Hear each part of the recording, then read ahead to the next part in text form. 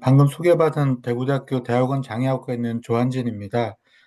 우리 이현아 교수님의 배려로 제가 그 장의학 강의를 시리즈로 했었지만, 지금 오늘 들어와 계신 분 중에서는 그때 강의를 들으셨던 분도 계시고 또 안 들은 분도 아마 계시라고 짐작을 합니다만, 제가 일방적으로 어, 강의하는 거여서 이 강의를 듣는 분들이 제대로 듣고 계신 건지 주무시고 계신 건지 반응 어떤지 총 알 수가 없었는데 오늘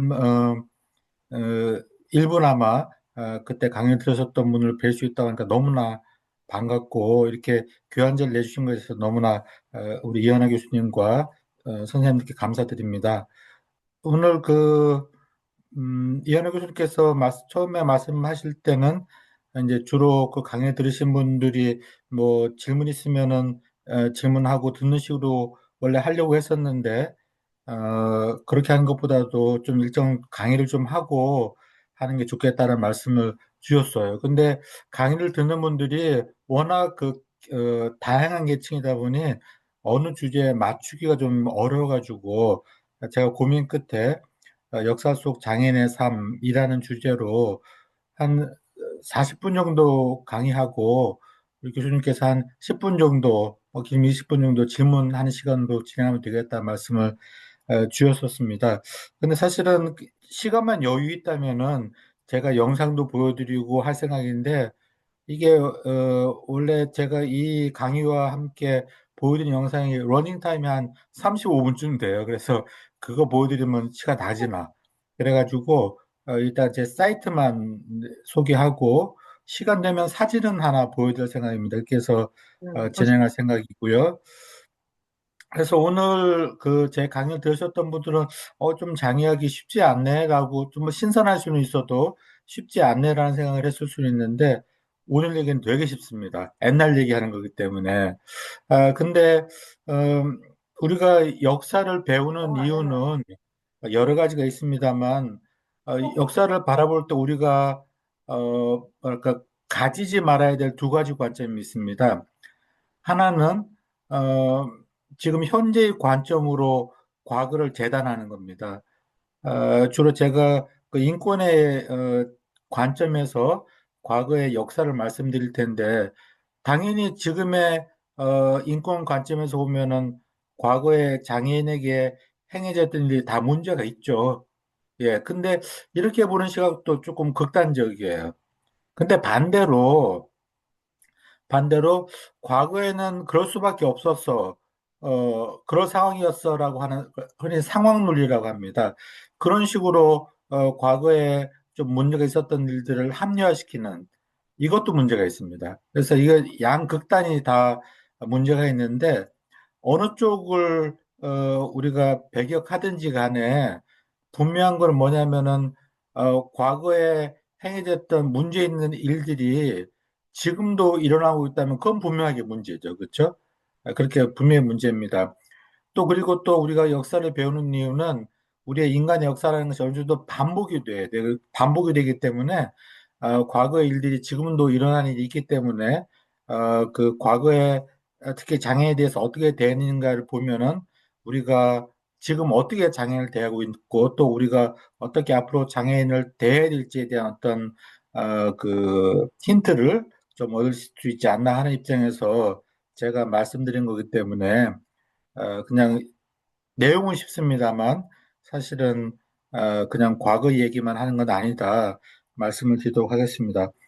아마 이현아 교수님께서 자료를 나눠주셨을 텐데 이거는 주로 제목 주에 나와 있는 것처럼 어, 그 문헌을 번역하고 요약한 겁니다만 이걸 위주로 말씀을 드리되 어, 아까 얘기했던 것처럼 현재 일어나는 일은 이 문헌의 근거에서 말씀드린 식으로 진행을 하려고 합니다. 장애인의 역사를 바라보는 관점이 크게 두 가지가 있습니다. 아, 하나는 장애인이 인류의 역사와 괴를 같이 하면서 하여튼 인류의 역사 시작된 때부터 장애인은 차별받았고 억압받았다라고 생각하는 방식이 하나 있습니다. 그런 방식이 있고 또 하나의 방식은 뭐냐면은요, 어, 아니다. 물론 뭐 장애인들이 인류애가 시작된 때부터 차별받아왔고 억압을 받아왔지만 그것이 주로 산업혁명 이후에 어, 그 그 대량 생산이 강조되는 그런 사회에서 장애인의 노동력이라는 것이 무가치하게 여겨졌기 때문에 그때부터 더 장애인의 삶이 힘들어졌다라고 생각하는 관점도 있어요. 둘 다 일리가 있습니다. 일리가 있는데 저는 이 둘 중에서 첫 번째 관점, 장애인이 인류의 역사가 시작되면서부터 좀 차별을 받아왔다라는 그런 입장에서 말씀드리고자 합니다. 그래서 보면은 장애인들이 어, 고대부터 고대부터 장애인이 좀 어려운 삶을 살았었어요.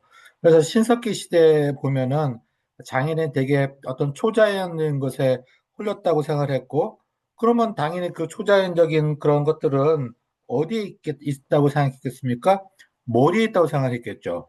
그러면 그 초자연적인 것을 머리로 빠져나가게 하는 방법으로 뭘 썼냐면은 두개골에 구멍을 뚫었어요. 구멍을 뚫으면 그래서 그 두개골에 구멍을 통해서 그 초자연적인 것이 머리에서 빠져나갈지는 모르겠지만 그 사람은 죽는 거겠죠, 그렇죠? 이런 식으로 대접을 했었습니다. 이게 이제 신석기 시대 장애에 대한 대접이었고, 그 다음에 고대에 와가지고 여러분 스파르타 아시죠? 스파르타 영화 300에 나오는 막 근육질의 남성들이 등장하는 그런 영화가 있었죠. 스파르타는 강력한 군대를 숭상하는 그런 사회였습니다. 여러분 생각해 보십시오. 그렇게 강력한 군대를 중시하는 사회에서 장애인이 대접을 받았겠습니까? 필요가 없다고 생각했겠죠.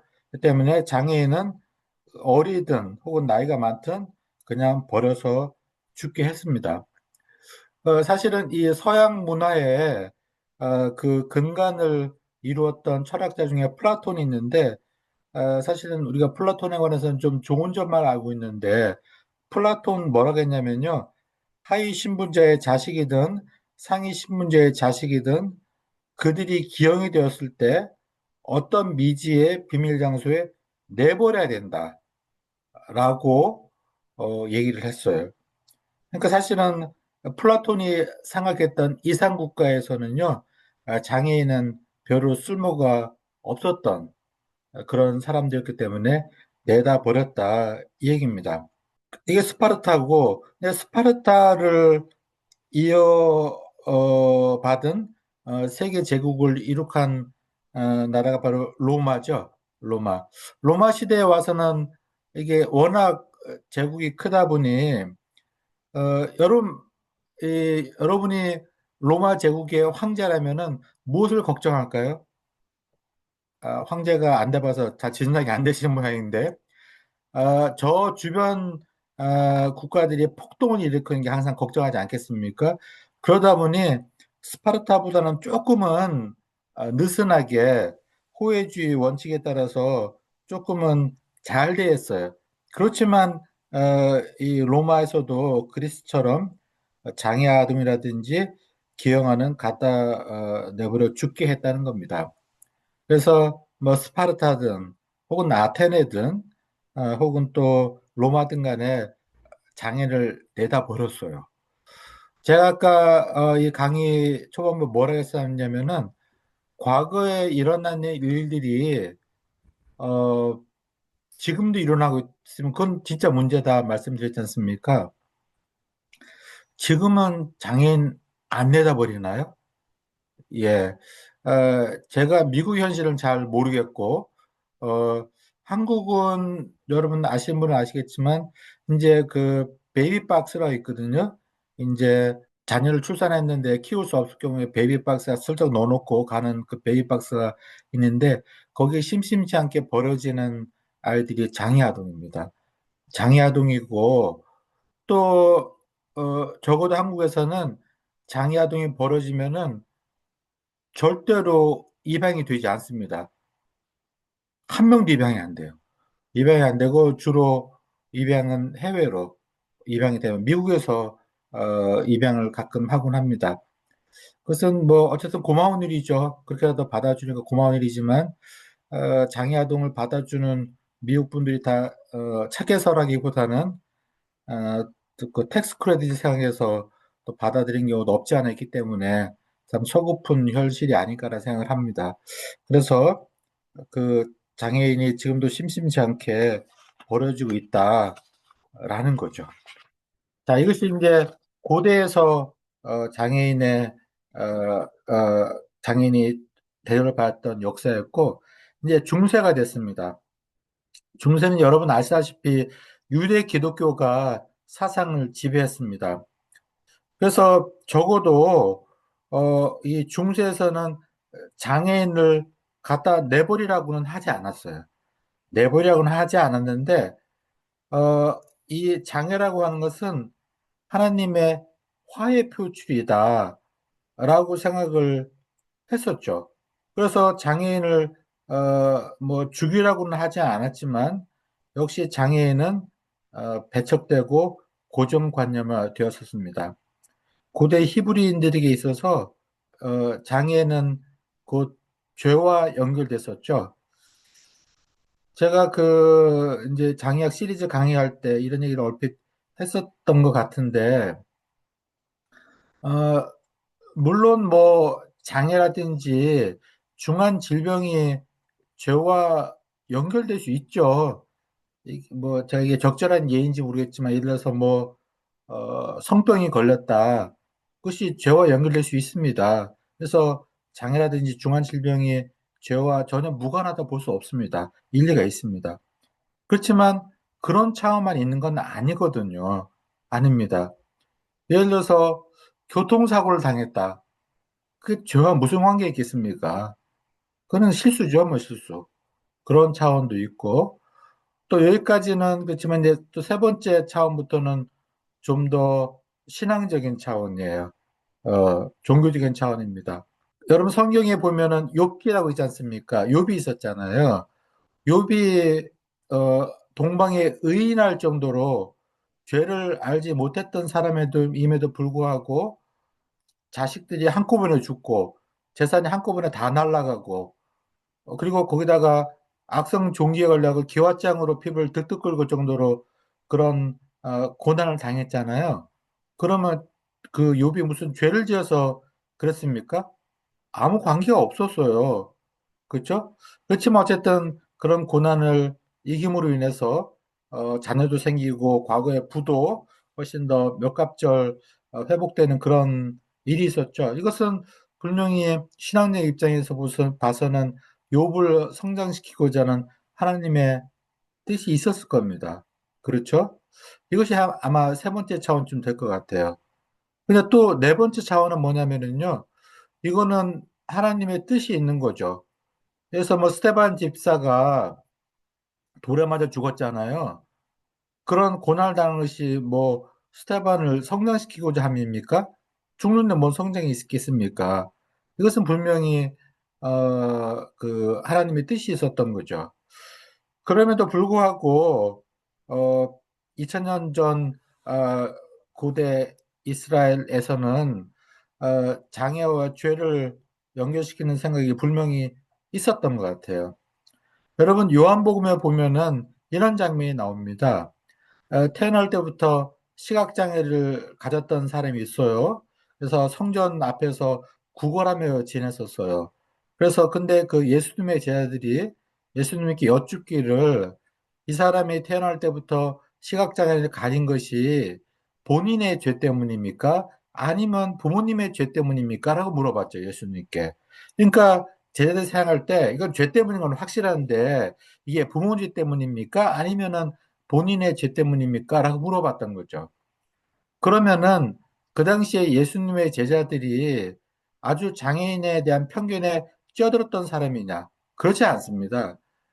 예수님의 제자들의 대부분은 직업이 어부였었고 그 당시에 히브리 사람들의 대부분의 직업이 그 근처에서는 어부였었기 때문에 그 예수님의 제자들은 2000년쯤에 히브리 사람들을 대표한다고 볼 수가 있어요.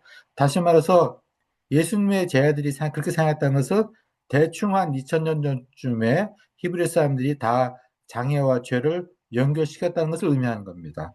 그렇지 않겠습니까? 그런데 예수님은 뭘 하십니까?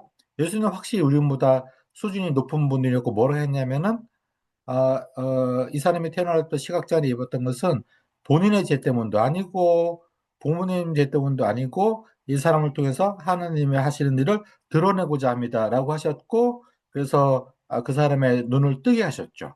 이런 차이는 분명히 있어요. 그렇죠? 그럼에도 불구하고 어, 현대 교회에서 너무 장애와 죄를 연결시키니까 장애인이 너무 괴로워. 그 앉아있기가 참 미안해. 자기가 자꾸 죄인이라고 하니까. 그렇죠? 어, 요즘은 조금 드뭅니다만, 저는 사실 모태 신앙을 가지고 있고, 한국에서 제가 어릴 때만 해도 부흥회라는 걸 되게 많이 했어요. 그래서 어떤 신유라고 하죠. 그래서 그 안에서 뭐 장애를 혹은 중환질병 가진 사람을 낫게 한다는 그런 얘기도 많이 있었고 그래서 우리 어머니가 저 데리고 부흥회 많이 데리고 왔었어요. 근데 부흥회 가면 뭐라 하냐면은 믿기만 하면은 낫는다고 했는데 저는 안 낫거든. 그러니까 저는 믿음이 안 좋은 모양이라고 어릴 마음에 참 많은 가책을 했던 기억이 납니다. 물론, 지금도 신유의 기적이 있다는 걸 저는 인정합니다. 하지만 너무 그걸 강조해가지고, 이거를 죄라든지 믿음과 연결시키면은 장애인들을 못 견디게 만듭니다. 그렇기 때문에 현대 교회들이 접근성의 문제, 교회 예배당에 갈 수 없는 거는 둘째치고라도 간다 하더라도 간다 하더라도 이 장애를 너무 죄와 연결시키다 보면은 장애인이 괴로워요. 그러다 보니까 어떤 나쁜 결과가 생깁니까? 그냥 장애인들이 자기들끼리 모여서 예배를 드리죠. 그러면 비장애 성도와 교제할 수 있는, 교통할 수 있는 그런 기회를 잃어보지 않습니까? 제가 그 학교에 통근하면서 이제 한국에 이제 극동방송이라는 걸 가끔 들어요.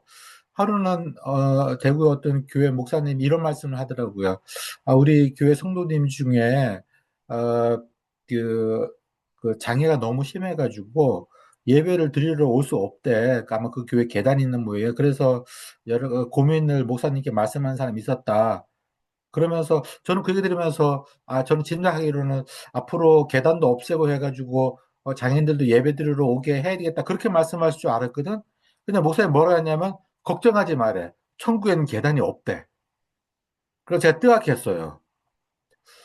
그러니까 지금 교회 못 나오더라도 천국에는 계단 없으니까 걱정하지 말라는 얘기죠. 그러면 비장애인도 나오지 말라고 해야지. 천국에 가면 되니까. 이거는 아닙니다. 예. 분명히 우리의 건강의 중요한 부분이 영적 건강이고 그렇다면은 장애인이 구원받는 것도 중요하고 그렇다면은 그 예배소에 예배당에 장애인에 접근하고 예배에 참석할 수 있는 것도 중요하다라는 말씀을 관련돼서 꼭 드리고 싶습니다. 어쨌든 고대 히브리인들에게 있어서 장애는 죄인이었고 죄를 연산시켰고 악마에 홀린 것으로 생각을 했습니다. 그래서 기형이거나 절림발이거나 키가 작은 사람은 성직자가 될 수가 없었어요. 없었고 구약 성서에서 눈이 안 보인다든지 소위 절름발이인 사람은 신자들의 집회소에 들어올 수가 없었습니다. 여러분 오래된 영화 중에 배너라는 영화가 있지 않습니까? 거기에는 보면 배너의 그 어머니와 누이들이 한센병이 걸려가지고 그 도시의 외곽 지역에서 살고 있었어요. 그렇죠? 그런 모습이 나오는데 당연히 그 당시에는 한센병을 치료하는 그 약이 없었고 유일한 방법이란 것은 그 한센병에 걸린 사람을 격리하는 것밖에 없었을 거예요. 하지만 어쨌든 간에 그런 어떤 장애나 중한 질병을 가진 사람은 그 신자들의 집에서에 들어올 수가 없었습니다. 성직자가 될 수도 없었고 이런 것들이 구약에서 장애에 대한 대접이었습니다. 신약도 마찬가지였습니다. 장애는 흔히 정신병으로 여겨졌고, 그래서 자신이나 부모의 죄 때문에 그렇다고 생각을 했었고, 치료는 대개 영적 구원과 연결이 되었었습니다. 성경에는요, 어, 인간은 만물의 영장이라고 그랬고, 왜냐하면, 아, 하나님의 형상을 가지고 태어났기 때문에, 이것이 형상이라는 것은 하나님이 사람의 모습을 갖고 있는 건 절대로 아니고, 이미지 오브 가드 아닙니까? 하나님이 이미지를 갖고 있다는 건데, 그것이 뭐, 구체적인 뭐, 형상이든 아니든 간에, 이게 인간은 하나님의 이미지를 갖고 있기 때문에 동물을 지배하고 살 수 있는 우월한 존재라고 생각했었는데 이게 장애인을 보면 이거 아닌 것 같거든. 그 동물하고 구분도 안 되는 것 같고 여러분 그 사실 우리가 장애인들을 비장애인이 보기 마음 편해하지 않아요. 예, 솔직히 말해서 왜 그럴까요?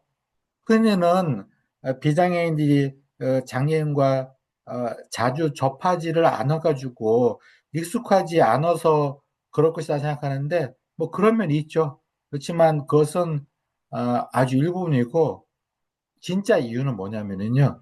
진짜 이유는 우리가 인간이 가지고 있는 가장 근원적인 공포는 뭘까요? 죽음의 공포입니다. 예, 죽음의 공포예요. 누구든지 죽기를 원하는 사람은 아무도 없어요. 그런데 사람이 왜 죽습니까? 나이 먹어서 죽습니까? 아니죠. 나이 먹는데 병드니까 죽는 거죠. 나이 먹어도 병 안 들면 안 죽죠. 그렇죠? 근데 병 걸리면 죽는데 이 장애인을 보면은 그토록 개인적으로도 혹은 집단적으로든 잊어버리고 싶은 죽음의 공포를 자꾸 연상시키거든요. 그러니까 너무 장애인을 보는 게 불편해. 불편하다는 거예요. 그래서 사실은 근본적으로 장애인을 보기를 꺼려 한다는 겁니다. 자, 그래서 여기에 대한 편리한 도구로 무엇이 생겼냐면 바로 시설입니다. 시설. 거주 시설이죠. 물론 그 중세에는 주로 수도사들이 장애인을 거둬들였어요. 처음에 이제 한센인들, 그다음에 정신장애인들, 그다음에 지적장애인들. 만약에 그 당시에 수도사들이 장애인을 거둬서 먹여 살리지 않았으면은 다 굶어 죽었을 거예요.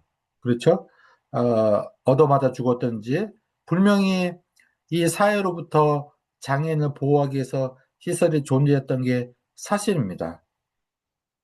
그렇지만 그 시설이 한국이든 미국이든 지금도 존재하고 있고, 뭐 미국은 물론 공립시설 같은 경우는 아예 하나도 존재하지 않는 주가 있긴 하지만, 아예 또 민간시설은 있지 않습니까? 그렇죠? 장애시설이 거기에 장애인들이 수용되어 살고 있습니다. 근데 어, 우리가 어떤 논리가 맞는지를 검증할 때 중요한 방법 중 하나는 역으로 생각하는 거거든요. 제가 분명히 중세에는 사회로부터 어, 장애인을 보호하기 위해 시설이 존재했던 측면이 있다고 그랬잖아요. 그렇지만 지금은 거꾸로 장애인으로부터 사회를 보호하기 위해서 시설이 존재하지 않는가라는 의심이 들 때가 가끔 있습니다. 그 예를 들자면은 그 2018년 아니 저 2020년부터 21년 초에 코비드 19이 그 극성을 부렸잖아요. 그래서 제가 살고 있는 경북에서는요 예방적 코호트라 해가지고 시설은 모두 문 닫았어요.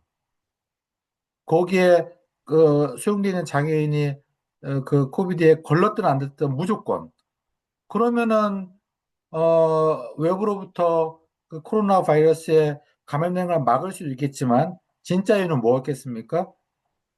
그 코로나에 감염된 장애인으로부터 사회를 보호하겠다는 거죠. 어, 그걸 어떻게 알 수 있냐면은 그 코로나가 창궐했을 때 초기에 청도에 우리 그 한국의 청도에 정신병원이 하나 있어 거기서 대규모 감염됐었거든요. 근데 이 사람들을 치료도 안 하고 격리만 시켰어요. 그래서 엄청나게 죽었어요. 그렇다고 본다면은 지금도 그 장애인으로부터 사회를 보호하기 위해서 시설이 어느 정도 존재하는 측면이 있지 않나라는 생각을 하게 되죠. 자, 그 다음에 이어서 17세가 됐습니다. 아유, 이렇게 자세히 얘기하다니 이건 30분 안에 못 끝내겠다는 불안한 생각이 드네요. 하여튼 간에, 하여튼 그렇고요. 이제 17세기가 됐습니다. 17세기에 대해서는 이제 산업이 막 발달이 되게 됐고, 우리 이제, 어, 아마 사회복지학을 지금 공부하고 계신 분도 많이 계실 것 같은데, 우리 그 사회복지학 개론책에 보면 항상 제일 앞에 나오는 게 사회복지의 역사를 얘기하면서 1601년에 엘리자베스 1세의 구빈법이 나옵니다. 예, 많이 나옵니다. 거기에서는 그 가난한 사람을 세수로 구분했다는 거 아닙니까? 그렇죠? 그래서 그 이제 고아들은 이제 그 빈곤이 세습되면 안 된다고 그래가지고 도제살이 기술을 가르쳤었고, 그다음에 노동력이 있는 빈민하고 노동력이 없는 빈민으로 나눴었습니다. 그래서 노동력이 있는 빈민은 일 안 하면은요 구금시켰어요. 예. 근데 이 사실은 이 엘리자베스 1세 구민법이 왜 만들어졌냐면 산업혁명이 막 발생하면서 노동력이 필요했는데 이 사람들이 일을 안 하거든. 그러니까 일을 시키고자 하는 목적이 사실 있었거든요. 물론 그 빈자들을 세수로 구분한 것이 엄격하게 지켜지지는 않았습니다. 하지만 어쨌든 간에 그렇게 있었다는 거죠. 그런데 이제 그 노동력이 있는 빈민은 다른 말로 undeserving poor라 불렀어요. 그러니까 구호에 도와줄 가치가 없는 빈민이라 불렀었고, 거기에 비해서 장애인, 노인들은 deserving poor라 불렀었어요. 그러니까 도움을 받을 만한 가치가 있는 그런 빈민이라고 불렀었던 거죠. 그렇게 보면은, 장애인들은 일 안 해도 어느 정도 구호를 했기 때문에 좋네? 라고 생각할 수가 있어요. 맞습니다. 좋은 측면이 있어요. 그렇지만 거꾸로 생각해 보자면은요. 아까 역으로 생각해 보자고 했잖아요. 혹시 내가 도와줄 테니 그러니까 장애인이 일을 하지 않아도 도와줄게라는 얘기를 거꾸로 하면 뭡니까? 도와줄 테니까 일하지 마가 아닌가라는 생각이 든다는 거죠. 예, 이게 무슨 말도 안 되는 소리냐고 할 수가 있는데 일리가 있습니다. 일리가 있는 게, 이제 미국 같으면 이제 그 가난한 사람한테 주어지는 특히 장애인 같으면 SSDI라는 게 있지 않습니까? 거기에 상응하는 것이 이제 한국 같으면은 국민기초생활보장법이라는 게 있는데 이건 이제 구빈 제도죠. 그런데 이것은 그 빈곤선을 조금만 넘어가면은 그 즉시로 그 급여 수급자 자격에서 탈락이 돼요. 근데 그 주는 것이 급여가 충분하냐면 그렇지 않거든요. 제가 한번 미국과 한국을 비교하면서 오래된 얘기입니다만 제가 조사할 당시에는 그때 이제 그 미국 같으면은 미국 장애인들 같은 경우는 그 빈곤세 한 여러 가지 한 80% 정도는 생활이 보장되더라고요. 근데 거기에 비해서 그 당시에 한국은 한 50%밖에 보장이 안 됐었어요. 그러니까 사실은 먹고 살 만한 돈을 안 주는 거죠. 예. 그럼에도 불구하고 그러다 보니 장애인들이 자기가 일을 해가지고 그 빈곤선보다 훨씬 수입을 많이 얻을 자신이 있지 않는 한은 차라리 일 안 하는 게 낫지. 그냥 수급제에서 탈락되기 때문에. 근데 탈락되면은 수입이 중단되는 건 둘째치고 미국이든 한국이든 장애인들이 가장 고민하는 것은 의료비거든요. 되게 이제 그 SSDI를 받는 사람들이 되게 그 건강보험, 이제 그 건강보험이 이제 건강부조를 메디케이드를 받게 되지 않습니까? 미국 같은 경우는. 근데 만약에 소득이 중단되는 건 둘째 치고라도 메디케이드가 중단하면 큰일이거든요. 미국은 뭐 제가 미국에서 살아봐서 압니다만 이 의료비가 장난이 아니잖아요. 너무 겁나거든. 그러니까 일을 안 하게 되죠. 물론 이제 지금 미국 같은 경우는 그 SSDI에서 탈락된다 하더라도 메디케이드를 금방 중단시키지는 않습니다만 한국은 막바로 중단시켜 버려요. 그러니까 국민초생활 수급자 탈락되면 그다음 의료급에서 탈락돼 버려요. 너무 겁이 나는 거지. 예, 그래서 제가 전에 출석하던 교회에 장애인들이 꽤 많이 있거든요. 그래서 그 대예배 드리고 난 다음에 장애인끼리 모여 있었는데 장애인 중에 한 명이 국민초생활 수급자에서 다른 장애에 대해 묻는 게 뭐라고 하냐면은 내가 한번 사과 장사를 해볼까? 이런 얘기를 하더라고요. 정말. 그랬더니 저는 아주 훌륭한 생각이라는 생각이 들었었는데 그 옆에 있는 장이 뭐라고 했냐면 쓸데없는 생각하지 말고 수급비라도 아껴 써. 이렇게 얘기하더라고요. 물론 제가 여러 번 한데 뭐 장애인이 아니든 무조건 일해야 된다 이걸 얘기하고자 하는 게 아니라 수입이 있든 없든 간에 일을 한다는 것은 어떤 자신의 어떤 공동체 내에서의 가치를 느끼게 하는 중요한 수단이거든. 사실은 일을 오래 안 하면 사람이 폐인되잖아요. 그렇죠? 그렇기 때문에 장애인들도 수입이 있든 없든지 없든지 간에 저는 하는 일이 있어야 된다 보는데 일하지 말라고 생각하는 거죠. 이것이 사실은 아까 충분한 도움이 되냐 안 되는 건 둘째 치고라도 그 수급비 때문에 일을 하지 않는 워크 인센티브와 워크 디스인센티브가 분명히 발생하고 있는 거죠. 그 한국에 그 최홍래라는 분이 있었어요. 여성 장애인인데 이분이 노점상을 했었어요. 시장에서. 그리고 국민초생활보장은 수급자였어요. 근데 허구한 날 이제 서울시의 구청에서 나와가지고 그 좌판을 뒤엎으면서 자꾸 당신이 일하면은 수급자 탈락시킨다라고 협박을 했던 거라. 그러니까 어떻게 해요? 그 수급비 받으려면은 그 일을 안 할 수밖에 없었죠. 그런데 이 최홍렬이라는 분이 어, 그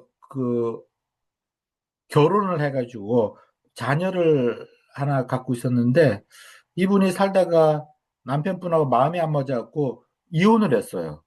예. 뭐 장애인도 이혼할 수 있지. 근데 우리가 이혼을 하게 되면은 이슈가 뭡니까? 이혼도 안 해봐서 모르시나? 예. 이혼하면 가장 뭐가 문제가 되냐면은 자녀를 누가 기를 것이냐가 가장 이슈가 되잖아요. 그렇죠? 근데 그 장애를 누가 키울 것인가 할 때 가장 중요한 건 뭐냐면은 경제적인 능력입니다. 그 아이를 키울 그런 돈이 있느냐는 거죠. 근데 최홍란이라는 분도 마찬가지였어요. 이 그 자녀를 키우고 싶었는데 자녀를 키울 능력이 있다는 걸 증명하려면은 자신이 돈이 있다는 걸 증명해야 되죠. 그러면 자신이 돈이 있다는 걸 증명하면은 그 자녀를 키울 수는 있겠지만 어떻게 됩니까? 수급자에서 탈락하죠. 그러니까 전에는 일할래, 수급비 받을래 이랬었는데 지금은 수급비 받을래, 자녀 키울래. 이거를 선택하게 만들었던 거죠. 그래가지고 이 최홍리라는 분이 서울시장을 면담을 하자고 그랬어요. 수급비 좀 올려달라고. 근데 서울시장 만나줍니까? 안 만나주죠. 그러니까 이분이 자살을 했어요. 은독 자살을 했어요. 참 가슴 아픈 일입니다.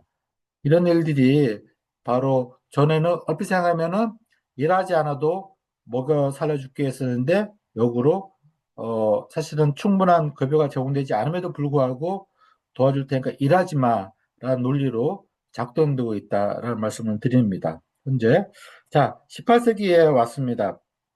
이때 이제 계몽주의 시대죠. 과학도 많이 발전하고 하니까 이렇게 과학이 빨리 발전하다 보면은 장애인이나 모든 어떤 질병은 다 치료할 것처럼 생각했어요. 그런데 그 됩니까? 안 되죠. 그게 그 장애나 중한 질병이 안 고쳐진다라는 실망을 하는 데는 그렇게 오래 걸리지 않았습니다. 예. 그러다 보니까 장애인들을 치료하는 건 포기를 했고, 그럼 적어도 장애인들을 보기에 꼴사납게는 하지 않아야 되겠다라는 생각을 하게 됐죠.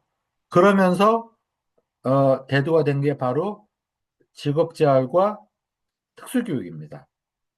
그러니까 치료는 포기했고 적어도 사람구실은 하게 만들어야 되지 않겠는가라는 거죠. 그래서 특수교육은 되게 이제 청각장애부터 시작을 했는데 그 옛날에 그 영상을 보면은요 거의 청각장애인을 특수교육 시키는 게 거의 동물 취급하듯이 했던 모습을 볼 수가 있었습니다. 예. 그리고 직업재활도 마찬가지예요. 직업재활도 장애인의 어떤 잔존 능력을 개발을 해가지고 소위 정상인처럼 만들겠다 얘기죠. 예. 그러니까 끊임없이 직업재활을 재활을 시킵니다. 근데 재활이 잘 안 돼요. 특히 이제 중증장애 같은 경우는 그런 모습을 볼 수가 있었다라는 겁니다. 그래서 우리가 생각하는 특수교육이나 직업재활도 사실은 출발의 동기는 그렇게 바람직하지는 못했던 것 같습니다. 자, 19세기가 되었습니다. 그래서 근데 이제 19세기가 되니까 이제 진화론이라는 것이 이제 대두가 되었고, 여러분 진화론은 사실은 다윈이 주장할 때는 이걸 생물 세계에 적용을 했었는데 그 다윈의 조카인 프랜시스 폴튼이 이거를 인간 세계에 적용을 했어요. 그래서 사회 진화나 소셜 다이니즘이라는 걸 주장을 했는데 여러분 뭐 기억나실지 모르겠지만 진화론 하면은 적자 생존이라는 게 있지 않습니까? 어, 자연 시스템에 가장 적절한 개체만 살아남는다. 또 그래야 된다라고 하는 것이 적자 생존 아니겠습니까? 자, 이렇게 생각한다면은 장애인이나 중한 질병을 가진 사람을 치료한 게 맞습니까? 아닙니까?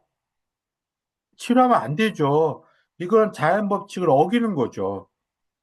비효율적인 거죠. 예. 그런 무서운 생각이 있었다는 겁니다.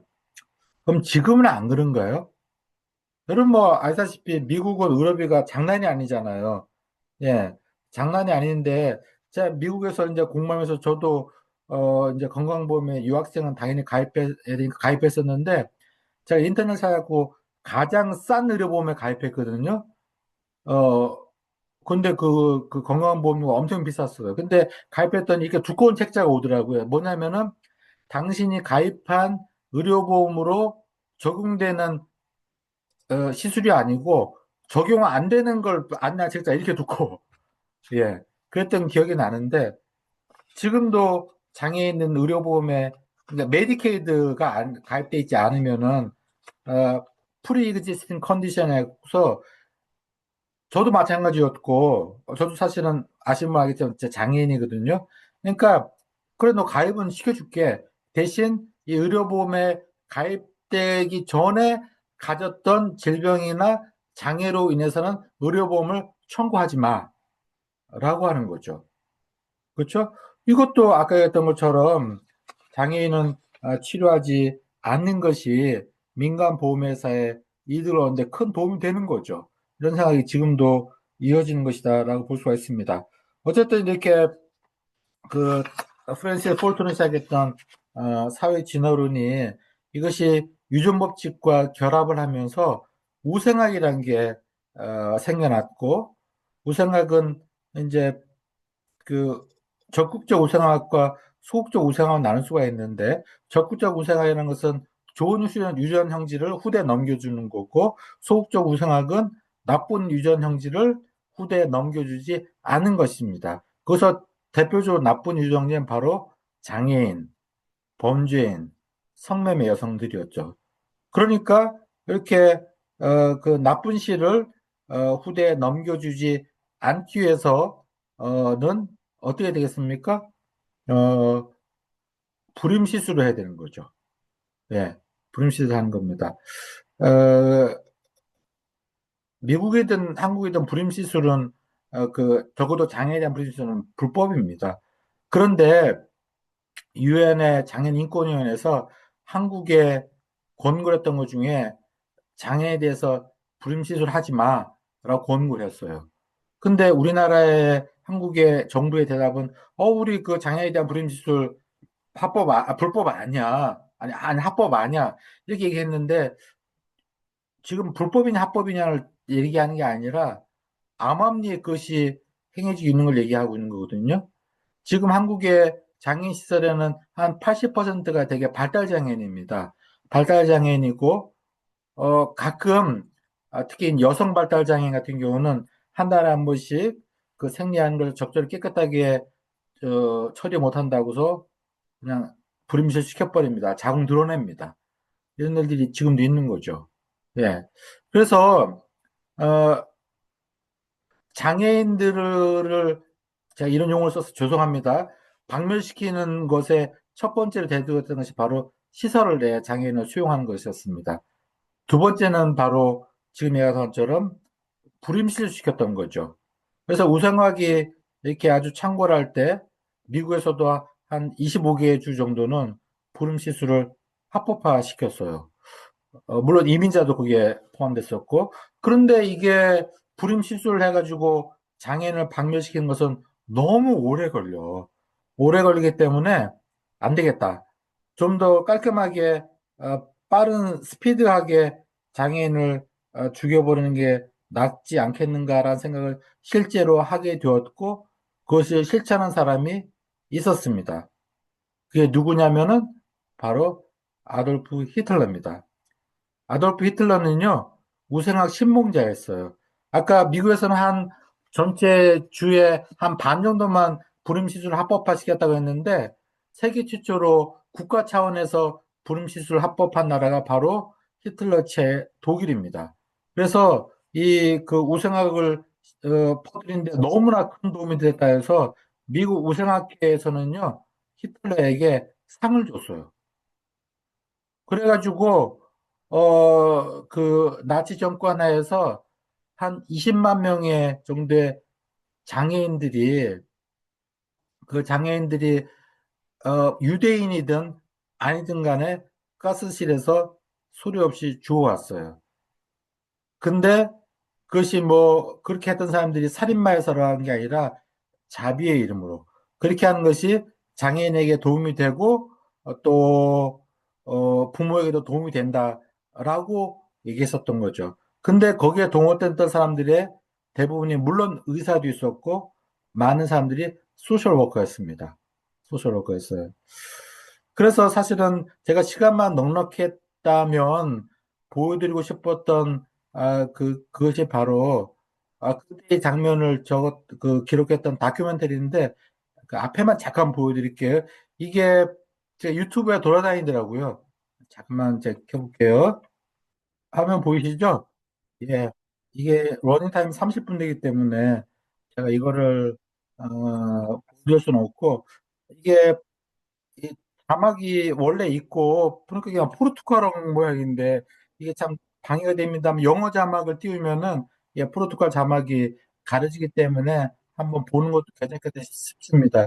이게 제가 미국에서 장애학 공부할 때 수업 시간에 봤던 건데 제가 그 이 사이트를 제가 여기다 올려놓을 테니까 채팅창에 올려놓을 테니까 한번 보셔도 괜찮겠다 싶습니다. 네, 채팅창에 방금 올려놨습니다. 자, 그래서 이 자비의 이름으로 장애인을 죽였다는 거죠. 얼마 안 된 얘기입니다. 불과 한 80년 전, 7, 80년 전 얘기입니다. 자, 그리고 20세기가 됐습니다. 이제 더 이상 장애인들을 죽이지는 않습니다. 죽이지는 않는데 20세기 이후에는 장애인을 치료의 대상으로 주로 생각을 하죠. 치료가 되느냐 안 되느냐는 둘째치고 치고라도 장애인은 주로 치료의 대상으로 보았었죠. 누가?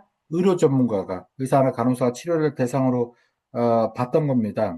그러니까 자꾸 장애인은 치료하려고 그래요. 그것이 신체적이든 정신적이든 심리적이든. 여러분 아시다시피 프랭클린 루즈벨트 대통령은 장애인 아닙니까? 대통령임에도 불구하고 이 사람은 항상 괴롭혔던 게 뭐냐면은 이 사람이 대중 앞에 나타날 때 장애인의 모습으로 나타날 것인가 아닌가 항상 고민이었어요. 그래서 루즈벨트 대통령 동상을 휠체어 앉은 채로 할 것인가 아닌가 정도 갖고 논란이 됐을 정도니까 그러니까 대통령임에도 불구하고 많이 문제가 됐던 것 같아요. 어느 나라든 간에 큰 전쟁이 있으면은 장애에 대한 대접이 많이 달라집니다. 그래서 세계 1차, 2차 세계대전이 들어서면서 적어도 전장에서 팔다리 잃은 그런 장애인, 이런 걸 상위군이라고 불렀었죠. 거기에 대한 대접은 나아졌어요. 하지만 이렇게 국가를 위해서 팔다리를 바친 장애에 대한 대접은 좋아졌는데, 그나마 아주 어릴 때부터 선천적으로 장애를 가지어서 국가에 팔다리를 바치지 않은 장애에 대한 대접은 별로 다를 게 없었다는 거죠. 그리고 사회복지학과에서 또 우리 정신 보건 관련해서 DSM-5를 해가지고 그런 이제 그 진단 도구가 있는데, 아무리 봐도 DSM-5에는 정신장애인들을 감별하고 분류는 잘하는데 정신장애인의 강점이나 가능성을 보게 하는 것 같지는 않아요. 그건 지적장애인도 마찬가지고. 그래서 철저하게 이런 의료적 모델 하에서는 장애인은 의사의 명령에 철저하게 순종해야 될 그런 권력관계 하에 있는 환자일 뿐인 거죠. 그리고 그나마 치료가 되면 모르겠는데 장애인은 치료도 안 되기 때문에 더 계속 2등, 3등 시민으로 전락할 수밖에 없는 거죠. 예. 자, 이것이 신석기 시대 이후로 장애인 대접받던 역사인데, 제가 과거 역사와 지금의 역사를 연결시키다 보니, 어, 지금 슬픈 거는 과거에 대한 차별과 억압이 과거 역사가 아니라 지금도 현재 진행형이라는 것이 상당히 문제가 된다라는 겁니다.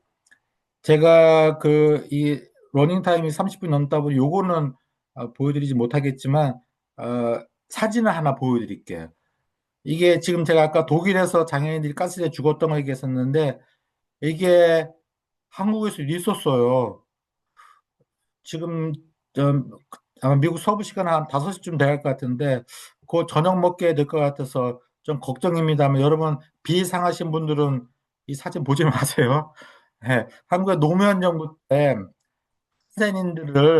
한센인들의 자녀들을 죽였던 영상이 관련돼가지고 그 당시 보건복지부 장관이었던 노무현 장관이 사과하셨던 거 있었거든요. 그 영상을 보여드리려 하는데 조금 끔찍해요. 그래서 비상하신 분들은 잠깐 눈 감으셔도 좋을 것 같습니다. 그것만 잠깐 제가 팬서비스 차원에서 보여드릴게요. 네, 보입니다, 교수님. 네네. 이것이 한센인 장애인들의 그 했었어요. 이게 사진 한 10개쯤 되는데 시간 너무 오래 걸린다. 대표님 하나 더 보여드릴게요. 네, 예, 보입니다. 이런 사진입니다. 제가 이 사진을 왜 드리냐면은요, 제가 소개시켜드린 영상을 보면은 거기에도 장애인을 가스실에서 죽인 다음에 장애인들이 이런 식으로 표본을 만들었었어요. 예, 예. 그래서 이 영상을 아, 관심 없는 분들은 안 보셔도 되고, 자, 이거를 파일을 압축을 해가지고 올려놓을 테니까 충격적인 사진입니다만 한번 보시면 어떨까 싶습니다. 뭐냐면은, 그러니까 제가 말씀드렸던 것처럼 과거에 이런 반인권적인 일들이 과거에만 일어나는 게 아니라 지금도 일어나고 있다는 거죠. 그렇다 본다면은 이런 일이 나는 것은 이건 더 이상 과거의 책임이 아니고 지금의 책임이죠. 그래서 만약에 근데 그런 일을 했던 분들이 아까 그 카시스 장애인들을 죽였던 사람들이 소셜 워커가 많이 있었다고 했잖아요. 그렇죠? 그렇기 때문에 그것이 본인이나 장애인에게 맞는 것이라고 생각을 했다는 겁니다. 예. 그렇게 본다면은 우리가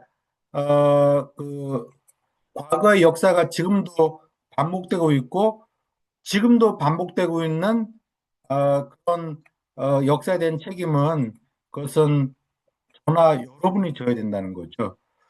그래서 지금 우리가 과거 역사를 바라보면서 욕을 할 수는 있어요, 우리의 선배들을. 그렇지만 만약에 과거의 일이 지금도 반복이 있고 우리가 이거를 우리 시대에 청산하지 않으면 한 30년이나 50년 후에 2026년 5월 21일 날 그때 역사 속에 장애인 강의 들었던 분은 도대체 뭐 한 거야? 이런 그대로 내버려 두고 뭐라고 하지 않겠습니까? 우리의 후배들이 우리를 욕하지 않겠습니까? 그렇죠?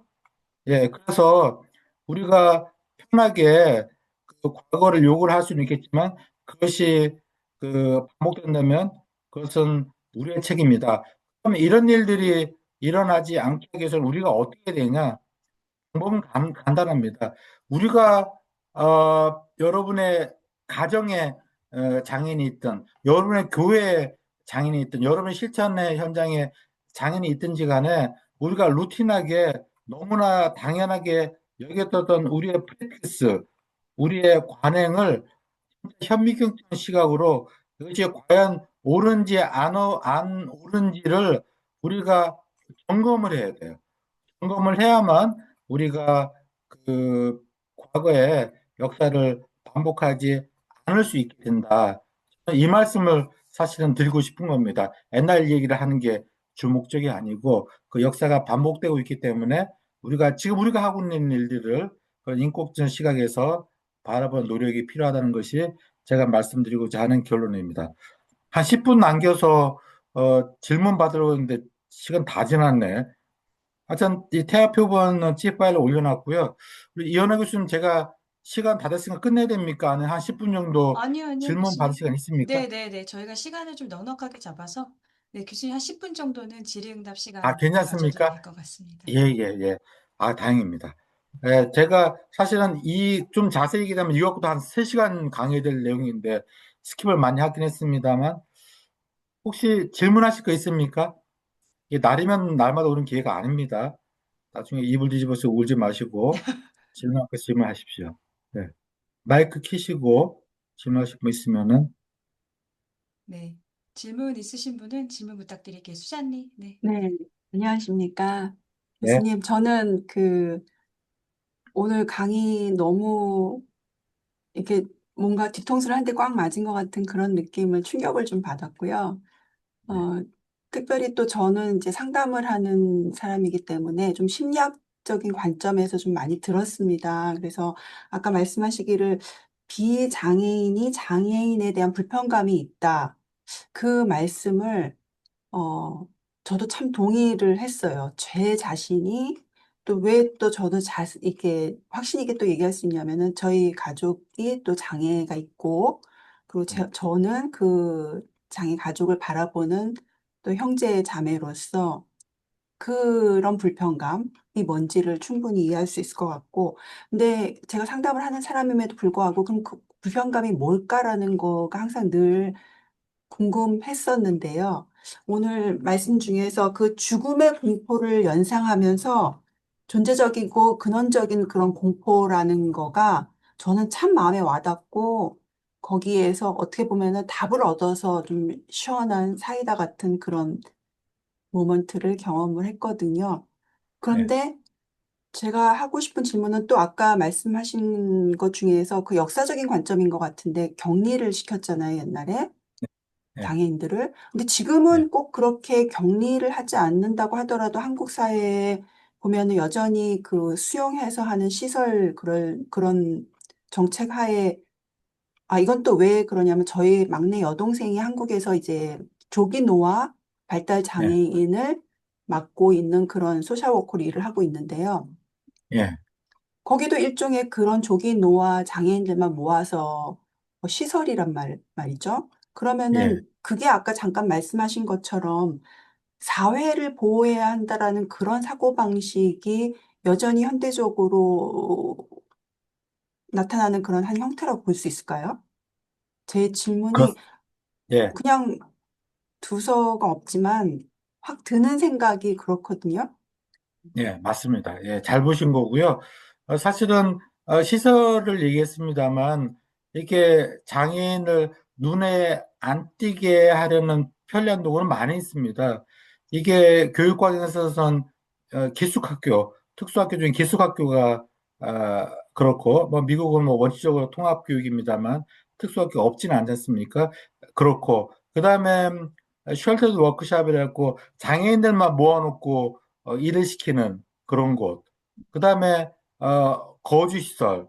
또 장애인 같으면, 아니, 그 노인 같은 너싱홈, 이런 것들이, 그, 사회에서 소위 바람직하거나 생산성이 있게 느껴지지 않은 사람들을 보이지 않게 하는 하나의 그 편리한 도구죠. 근데 저는, 무슨 얘기를 하고 싶냐면은, 이 그런 것들이 정당화되는 기제를 얘기하고, 메커니즘을 얘기하고 싶은 거죠.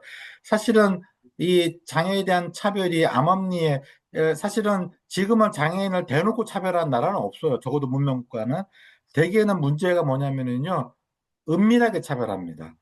특히 SNS상에서 더 그렇고, 한국도 그렇고, 미국도 그렇고. 그런데, 이게 차별하고 분리시키고 나와 다른 사람이라고 분류를 하려면 그런 논리가 있어야 되는데, 그러려면은 장애인 우리와 다르다라는 논리를 개발시켜야 되거든요. 장애인 우리하고 다르다. 그래서 아주 극단적인 경우는 동물 취급을 한다든지 아니면 괴물 취급한다든지 그렇게 한다든지, 지금은 좀 다른 말로 보호의 이름으로. 그러니까 옛날에는, 보호는 안 했는데 되게 정신장애 노인들이 우리 커뮤니티에 있었어요. 근데 지금은 보호란 이름으로 눈에 안 띄게 해. 예. 그게 더 나쁜 거예요, 사실은. 그래서 보호란 이름으로 가장을 하지만 실적으로는 장애인을 어, 우리 비장애인과 다른 사람으로 취급하려는 기제가 더 작동을 하기 때문에 문제라는 겁니다. 사실은 우리가 그 아까 노화도 말씀드렸지만, 사실은 노화하고 장애가 별개가 아니에요. 별개가 아니고, 우리가 충분히 오래 산다면 누구나 다 장애인이 되는 겁니다. 사실은 노화라는 것은 사실은 장애를 간다는 걸 의미하는 거고, 미국의 장애법 ADA에서도 그렇게 따지자면은 많은, 그래서 미국의 장애인의 수가 많은 것이 노인들이 장애인에 포섭되기 때문에 그렇지 않습니까? 그렇기 때문에 사실 노화가 별게 아니고 장애를 갖는 겁니다. 그렇다면은 장애인이란 것은 어떤 특별한 재수없는 사람이나 운 나쁜 사람만 되는 것이 아니라 우리 삶에 어차피 닥치게 될 삶의 한 부분이다. 라는 것이고, 미국도 너싱홈이 있습니다만 내가 돈 따박따박 모아가지고 훌륭한 너싱홈에 들어가야지라고 결심하는 노인들 없잖아요. 그렇죠? 한국도 마찬가지예요. 가능하면은 버틸 수 있으면 자기 집에서 있다가 정 돌볼 소리 없을 때 너싱홈에 가는 거 아니겠습니까? 그 때문에 사실은 노화가 별게 아니라 사실은 장애하고 붙어 있어요. 붙어 있기 때문에 노인에 대한 생각도 다른 일단에서는 장애에 대한 생각과 마찬가지고, 분명한 것은요, 장애인도 혹은 노인도, 노인도 자신이 사랑하는 사람, 또 자신이 사랑받을 사람과 이 커뮤니티에서 같이 살 권리가 있습니다. 권리가 있고, 또 불가피하게 그런 시설에 수용하게 되면 최대한 커뮤니티에서 지역사회 사람들과 교류가 된 상태에서 있어야 되는 거죠. 제가 시카고 살 때 보면은 너싱홈들 9시면 불 다 끄더라고. 난 그런 곳에 살고 싶지 않아요. 그건 한국도 마찬가지고. 그렇습니다. 그래서 노화와 장애 연결되어 있다는 말씀이고요. 그리고 네. 그 노인이나 장애인을 바라보는 그 생각을 좀 더 깊숙한 곳에서 볼 필요 있지 않나 하는 말씀 드리고 아니, 싶습니다. 제 생각엔 기준을 좀 사회학적으로 기준이 바꿔져야 될 것 같다는 생각도 드는데요. 정작, 그렇습니다. 예, 예, 우리가 장애인으로서 받는 그 관점이 사회가 정한 그 기준이 불편하니까 예, 어떻게 보면은 장애다, 비장애다, 정상이다, 비정상이다라는 그 기준 자체가 조금 예. 장애인의 입장에서 봤을 때는 그게 페어하지가 않은 것 같습니다. 네, 당연하죠. 네, 당연하기 때문에 그렇습니다. 아까 말씀드린 것처럼 장애는 우리 삶의 어차피 한 부분이라 보는 관점이 중요하지 않은가 싶어요. 근데 지금 선생님이 정상 비정상이라는 말씀 주셨는데, 그래 100번 양보해가지고 제가 비정상 칩시다, 장애인이. 남의 도움을 받아야 되니까. 그렇지만 생각해 보세요. 우리의 삶을 통해서 실제로 한 80세 정도 산다 치고 일생을 통해서 우리가 남의 도움을 받으면서 사는 시간이 길겠습니까? 남의 도움을 안 받는 사는 삶이 길겠습니까? 남의 도움을 받는 사람이 훨씬 길어요. 그래서 한 20대까지는 부모님의 도움을 받겠고, 그러고 나서 이제 한 20년, 한 30년 강건할까? 그러다가 이제 40대 중후반 되면 이곳저곳 아프고, 그래서 뭐 의사, 간호사, 그다음에 뭐 요양보호사, 뭐 물리치료사의 도움을 죽을 때까지 받잖아요. 그러니까 사실은 우리 삶을 통해서 도움을 안 받는 게 정상이 아니고 도움을 받는 게 정상이야. 그러니까 사실은 장애는요, 인간 삶의 극단의 변형이에요. 그치만 여전히 인간이에요. 우리와 다른 종류가 아니고. 그래서 노화든 장애든 간에 우리 삶에 어차피 닥치게 될 한 부분으로 받아들이는 시각이 필요하지 않은가 다시 강조드리고 싶습니다.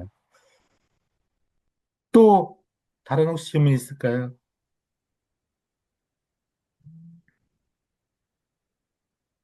없으시구나. 예, 예. 이게 사실은 장의학이라는 게 쉽지는 않습니다. 쉽지는 않고 사실은 장의학이 그 철학적인 기반을 많이 갖고 있기 때문에 상당히 좀 우리의 좀 건드리기 어려워하는 난제를 많이 다루기 때문에 쉽지는 않고 불편한 학문이기도 해요. 불편한 학문이기도 하지만 우리가 그럼에도 불구하고 장애는 어떤 사람을 바라보는 어떤 관점을 가지게 하지 않는가 싶어요. 올바른 관점을. 예, 어, 마지막 요 얘기만 하고 싶습니다. 우리가 인권이라는 얘기를 많이 하지 않습니까? 휴먼 라이츠를 얘기하는데, 인권은, 인권을 누리기 위한 조건이 있습니까? 없습니다. 인간이기만 하면 되죠. 그렇죠? 근데 문제는 누가 인간이냐는 거예요. 거기서 많은 경우에 장애는 그 인간에서 빠져 있었습니다. 장애 중에서 특히 지적 장애인, 정신장애인은 소위 합리적인 사고를 하지 못한다는 이유로 종교에서도 마르틴 루터도 이런 얘기 했었어요. 믿음은 들으면서 안다. 당연히 그럼으로써 그 면벌부 카톨릭의 면벌부가 벗어나게 했지만 그것이 어떻게 생각하면은 믿음은 들으면서 안다고 했는데 청각장애나 지적장애는 말귀 못 알아듣잖아요. 그럼 구원도 없는 거 아니냐? 라는 생각으로 발전했죠. 이런 것들.